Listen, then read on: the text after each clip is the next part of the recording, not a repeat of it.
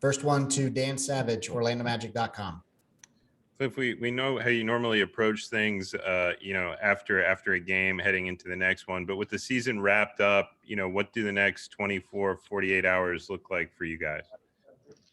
Well, I just basically gave them my message for this first 2-3 weeks. I've always felt that, as a coach, talking to them right now is not that beneficial for me. I think it's good that they get away, that I get away.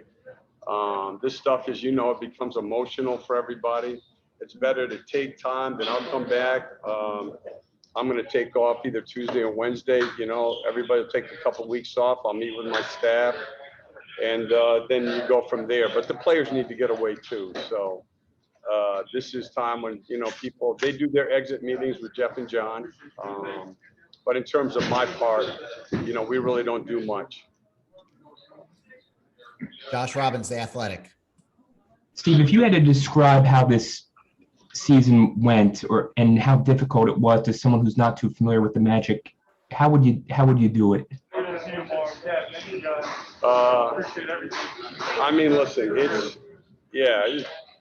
it's the toughest season I've ever been through. To go back and think about, I think the excitement around our team, that we could be the surprise team, because of continuity. We had played well at the end of the year before. We had a lot of guys coming back. Other teams did not.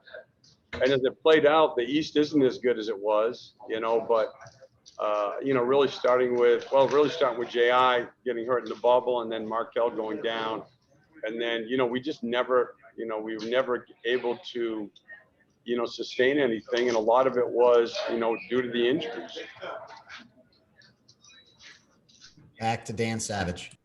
If I imagine it's, hard to evaluate things, with the lack of practice time and the revolving players, especially how difficult is it for a young point guard like Cole Anthony when you're trying to evaluate him with so many pieces that have been moving around him?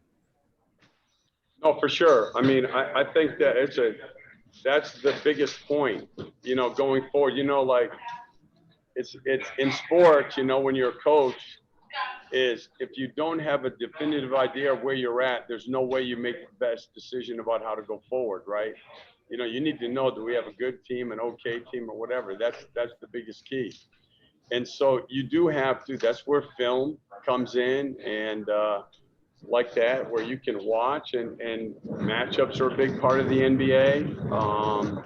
So there's certainly plenty to study, to learn from. I will say this about him, is he loves basketball and he likes to be in the gym, and that's a big deal. And I'd be very surprised if he's not one of those guys that gets better and better and better every year. Josh Robbins. We'd have a better sense of this if we had been in the gym there tonight to see it with our own eyes, but just how was his intensity tonight in a game that didn't matter much in the standings, indicate this love of the game that he has? Yeah, listen, I've told you guys this before. One of the best things I've ever heard was I was with the Knicks and Coach Parcells was coaching the Jets, or I might have been at Adelphi, whatever. I was in New York, and they asked him, how do you build a Super Bowl contender? And he said, you need to find as many guys as you can who compete every Sunday without the aid of coaching.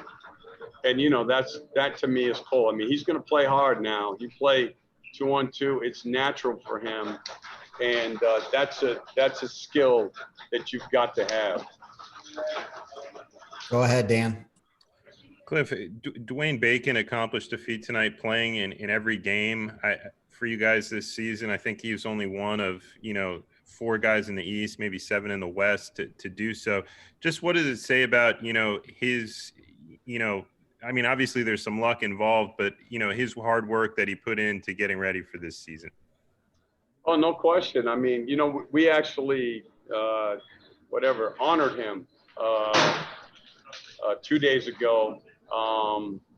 Because we keep a chart, a durability chart. It's an old Pat Riley thing that we used to do with the Knicks and the Rockets. I did it in Charlotte. So when they walk in every day, they see as they're walking into the locker room how many days in a row, you know, they've been involved in practice, games, whatever. If you can be 150 in a row, and if you miss something, you go back to 0.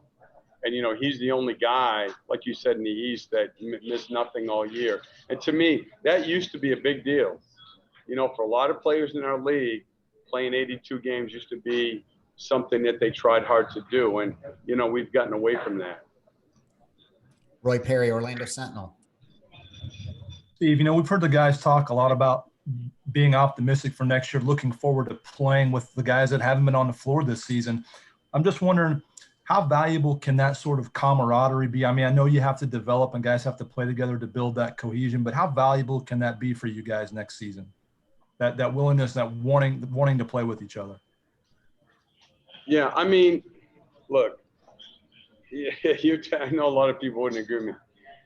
To me, team chemistry gets down to this: how many guys on your team badly want to win? You know, that's it. I think it's good if they like to go to dinner together and everything. I tell these guys all the time, and I'm not going to tell you, the most close-knit team I've ever been around as an assistant, they didn't like each other at all off the court. And they didn't have that feeling. You want to win in this league, you need pro players who care about what happens on the court. And I think if they like each other, for sure, that's a good thing. It's not nearly as important as understanding how they have to play together on the court. That's the bigger challenge. Dan Savage. Cliff, you know, we talk about the challenge of the players, but, you know, how challenging is it for you to just have, you know, different guys in and out throughout the season now that you look back on it, you know, and necessarily not enough, you know, veterans on the floor with some of these young guys to help stabilize things? And, you know, how much are you looking forward to hopefully, you know, at the start of next season, at least having, you know, some solidified lineups to start the year? Yeah, no, I mean, it's I think it's a big part of it. You know, like obviously is they all impact each other, right? There's only 5 guys out there at a time. The basic intent or manner in which they approach, you know, how they play with each other is a big deal. And so, yeah, I mean, it's definitely, you know, veteran guys, you know, they help the younger guy. You know, a great example here, we had him in Charlotte, was Anthony Tolliver, you know, who came in tonight. You talk about the pro's pro now. I mean, he's been around this league for a long time and is a valuable guy to have around because of exactly what you're talking about. Thank you, Cliff. Hey, I just want to say one thing is, you know, listen, this year's been challenging for all of us.